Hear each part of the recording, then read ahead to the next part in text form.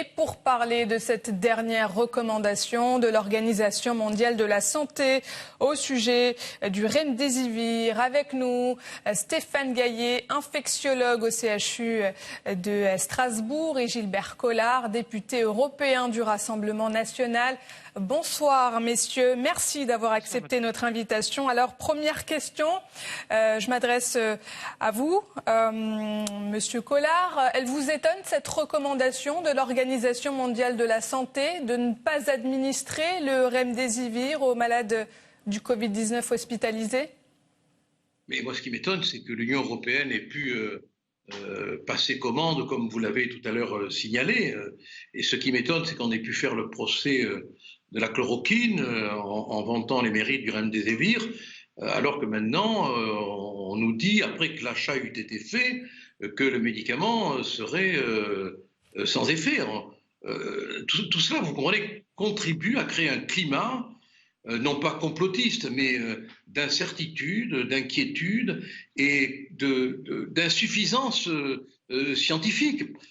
Quand on voit les sommes d'argent qui ont été dépensées sur le plan européen en faveur de ce médicament, dont l'OMS nous dit maintenant qu'il n'est pas opérationnel. Et je crois que c'est un point qui est scientifiquement acquis, sauf évolution. On est obligé de se poser la question de savoir pourquoi on finance, pourquoi on achète un traitement dont on sait maintenant qu'il n'est pas efficace. Eh ben, on vous pose la question à vous, monsieur Gaillet. Oui, pourquoi est-ce qu'on finance et qu'on a utilisé ce médicament dans le traitement du Covid-19 ? Alors, cette question du remdesivir, excusez-moi, mais est un véritable scandale. Et c'est un très vieil antiviral qui avait été développé initialement contre le virus du sida. Il n'était pas efficace. Ensuite, il a été essayé contre le virus Ebola. Il n'était pas efficace.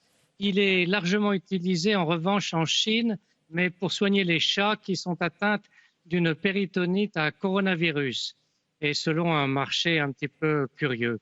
Et alors le laboratoire Gilead essaie à tout prix, parce qu'il a beaucoup investi dans cette molécule, de lui trouver un débouché, et il a fait le forcing pour essayer de convaincre les uns et les autres que c'était le produit d'avenir pour traiter la Covid-19. Or, il n'en est rien. Si on regarde toutes les études qui ont été menées depuis le début de l'année, depuis le mois de février, on voit très bien que le remdesivir a un très faible service rendu. Tout ce que l'on a pu constater, c'est que, alors déjà, c'est un médicament uniquement hospitalier.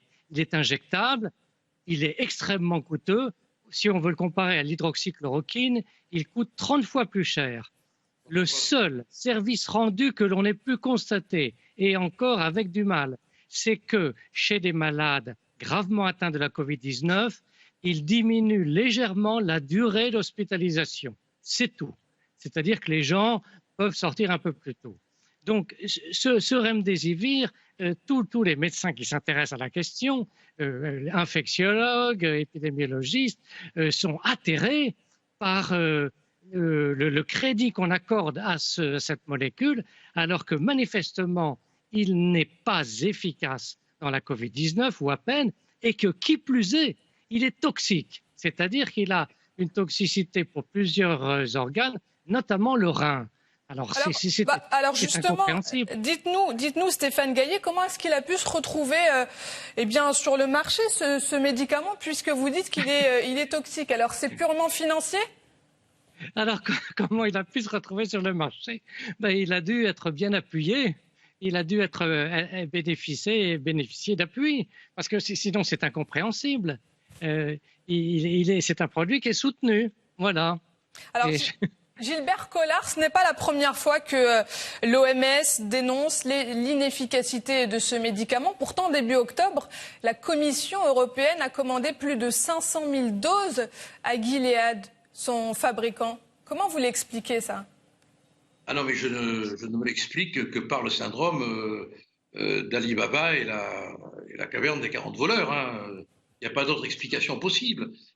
Quand vous pensez qu'on a mis en place d'une manière médiatique, d'une manière systématique, d'une manière politique, d'une manière ordinale, l'accusation de l'hydroxychloroquine, médicament vieux de 70 ans, médicament peu coûteux, et que parallèlement, on a enclenché la promotion supersonique et supersofrique du remdesivir, on ne peut pas être dupe. Je veux dire qu'il y a un moment donné où il faut ouvrir les yeux et se rendre compte qu'on est le bétail d'un système pharmaco-financier qui a décidé de rentabiliser nos vies. Je veux dire que c'est un discours qui est politiquement pas correct, mais il faut à un moment donné avoir le courage de le dire. On est devenu du bétail sanitaire commercial, et l'affaire du remdesivir le démontre. D'un côté, on a l'achat par l'Union européenne et par diverses structures d'État de ce médicament. On a médiatiquement, et là ça pose des questions aussi, la promotion de cette thérapeutique, alors que cela vient de vous être expliqué remarquablement, et cela a été déjà expliqué, c'est un médicament toxique et inefficace. Alors vous êtes et en même temps, on renvoie, et je conclus là-dessus, et en même temps, on renvoie le professeur Raoult devant le Conseil de l'Ordre, création au passage quand même du régime pour mémoire de Vichy. Vous êtes d'accord, Stéphane Gaillet, on est devenu du bétail sanitaire commercial ?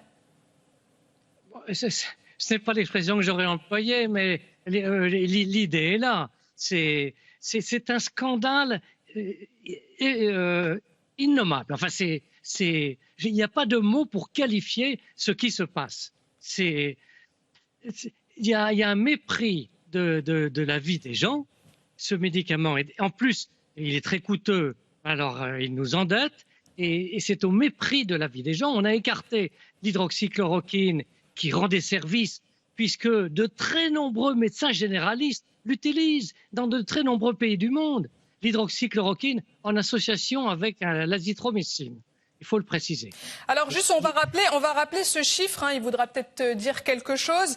Le remdesivir a apporté fin octobre près de 900 millions de dollars à Gilead Sciences, son fabricant, au troisième trimestre. C'est là que tout se joue en fait, sur le plan financier, si je comprends bien. Alors juste, l'OMS, depuis le début de la pandémie de Covid-19, elle souffle le chaud et le froid sur de nombreux sujets.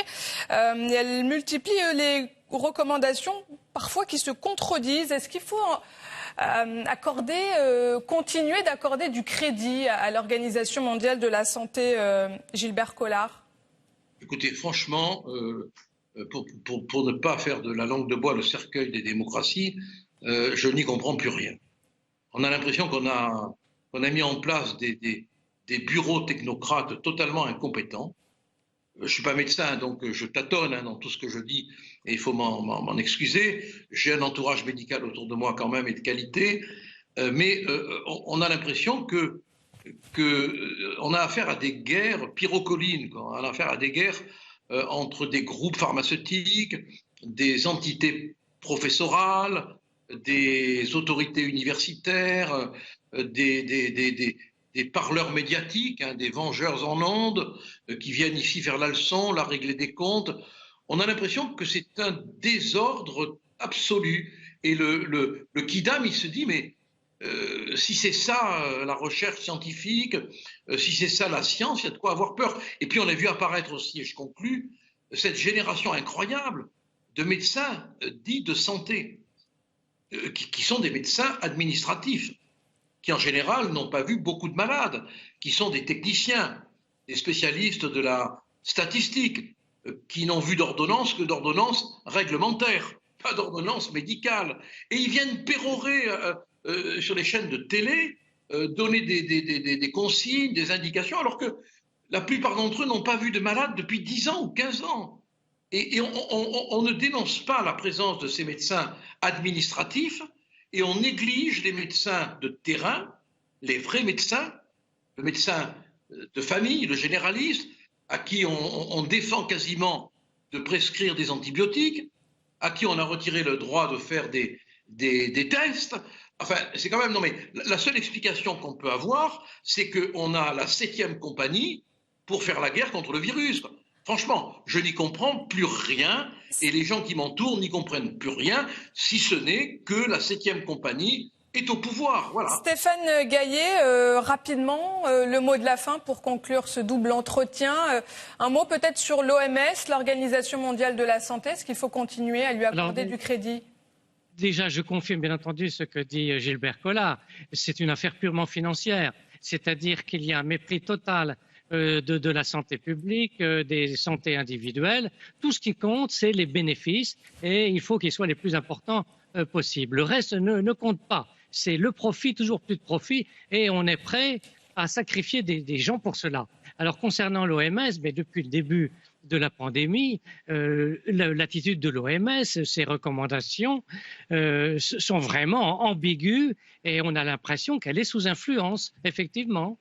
L'OMS ne donne absolument pas l'image d'un organisme neutre qu'il devrait être. Eh bien, ce sera le mot de la fin. Stéphane Gaillet, merci d'avoir répondu à nos questions. Je rappelle que vous êtes infectiologue au CHRU de Strasbourg. Merci à vous également, Gilbert Collard, député européen du Rassemblement national.